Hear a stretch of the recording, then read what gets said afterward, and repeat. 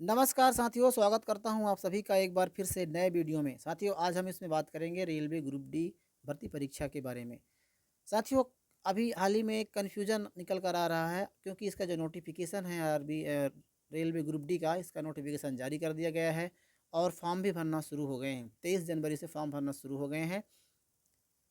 तो बहुत सारे अभ्यर्थियों के मन में ये कन्फ्यूजन आ रहा है कि उन्हें किन जोनों से, मतलब किस जोन से फॉर्म भरना चाहिए, उनका सेफ़ जोन क्या होता है और सेफ़ जोन के चक्कर में वो कहीं ऐसी गलती ना कर दें कि जिसको बाद में नौकरी मिलने के बाद उनको परेशानी का सामना करना पड़े।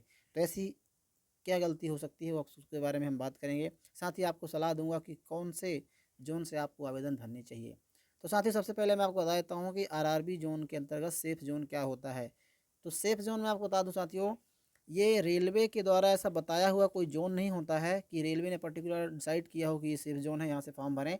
ये सिर्फ़ पिछले कुछ समय में जो वैकेंसी निकाली गई थी, 2018 में ग्रुप डी की वैकेंसी निकाली गई थी, 2019 में भी निकाली गई थी।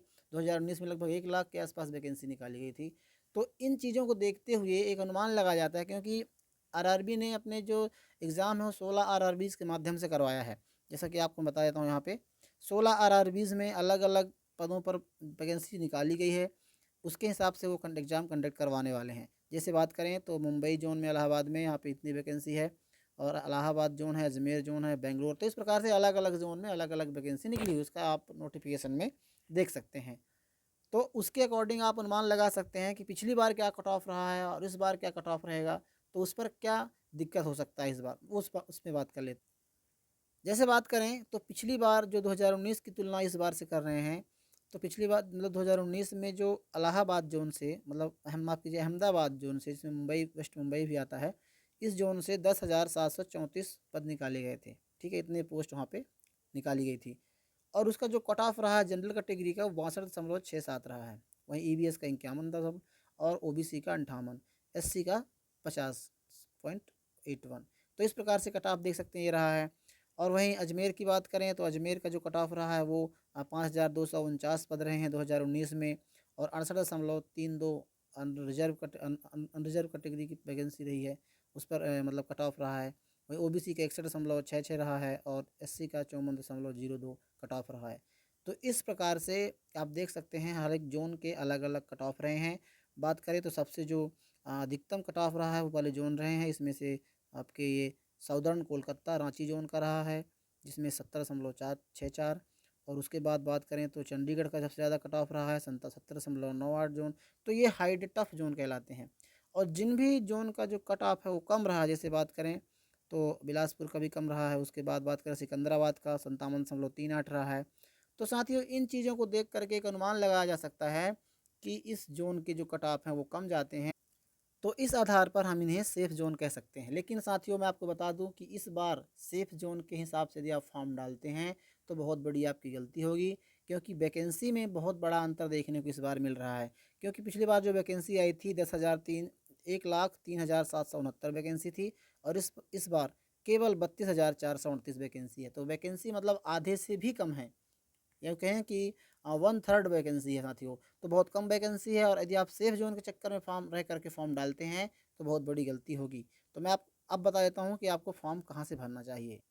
तो साथियों, मैं बता दूं कि इस बार जैसे जो जो फॉर्म लोग अप्लाई करते हैं उनके लिए कई मकसद होते हैं। एक तो कुछ तो लोग तो चाहते हैं कि उनको इंडिया में कहीं भी जॉब मिल जाए, वो जॉब कर सकते हैं, तो उनके लिए तो कोई बात नहीं है, वो कहीं भी, आप किसी भी सेफ जोन को सिलेक्ट कर सकते हैं। हालांकि कितना कारगर साबित होता है ये तो एग्ज़ाम कंडक्ट होने और उसके बाद ही बात पता चल पाएगा, इसका जो रिजल्ट आएगा उसके बाद। लेकिन मैं आपको बता दूं कि फॉर्म कहाँ से भरें। साथियों, डिपेंड करता है आपकी तैयारी पर कि आपकी तैयारी कितनी अच्छी है। यदि आपकी तैयारी काफ़ी अच्छी है, यदि नहीं भी है तो अभी भी समय है, आप तैयारी कर सकते हैं। और तैयारी के अकॉर्डिंग यदि आप फॉर्म भरना चाहते हैं तो अपने जो नज़दीकी ज़ोन है वहाँ से आपको फॉर्म अप्लाई करना चाहिए। जो नज़दीकी नियरेस्ट सबसे, जिस ज़ोन से, अब जैसे आप मध्य प्रदेश में है, मध्य प्रदेश में बात करें तो आरआरबी भोपाल है, उसके अंतर्गत जबलपुर के तहत फॉर्म भरे जाते हैं। और उसके बाद बात करें तो बेंगलोर है। मतलब हर एक आरआरबी से जो नियरेस्ट है, जैसे कुछ लोग उत्तर प्रदेश से हैं तो उत्तर प्रदेश में सारे दो आपको देखने को मिल जाएंगे। एक तो आपको इलाहाबाद मिल जाएगा, आरआरबी इलाहाबाद से आप फॉर्म भर सकते हैं। उसके बाद जो गोरखपुर का भी होता है तो गोरखपुर में भी आप भर सकते हैं, ये भी उत्तर प्रदेश के अंतर्गत आता है। तो इस प्रकार से आप देख सकते हैं कौन सा आरआरबी जो आपके नज़दीक पड़ता है वहाँ से आपको फॉर्म अप्लाई करना चाहिए।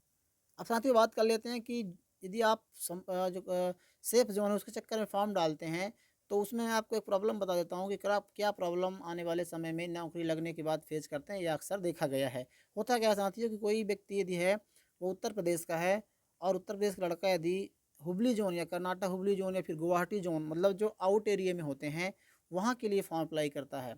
तो होता क्या है कि वैसे तो इस बार सेफ जोन का फार्मूला काम करने वाला नहीं है।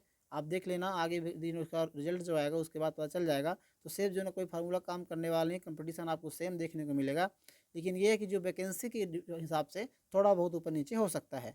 अब बात करें उस समस्या की, तो होता क्या है कि जो बंदा यदि उत्तर प्रदेश का अभ्यर्थी है और उसके लिए वो यदि हुबली जोन में अप्लाई करता है, तो उसके बाद क्या होता है, देखा गया है कि नौकरी लगने के बाद जब वहाँ पे ज्वाइन करने जाता है, ज्वाइन करता है, और कुछ समय वहाँ वर्क करने के बाद ऐसा वो उसको लगता है कि वो वहाँ कार्य करने में असमर्थ होता है।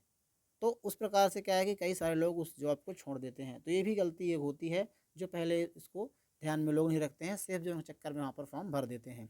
तो ये छोटी सी गलती होती है, यदि ऐसा ना करें, क्योंकि आप यदि सीरियस हैं जॉब के प्रति, तो आप नियरेस्ट जोन को सेलेक्ट करें जहाँ पे आप जॉब करने के लिए कंफर्टेबल रहेंगे। तो साथ ही ये थी जानकारी, आप हमें कमेंट बॉक्स में बताइए कैसी लगी आपको, और मिलते हैं किसी ऐसे नए वीडियो में। तब तक के लिए जय हिंद साथियों।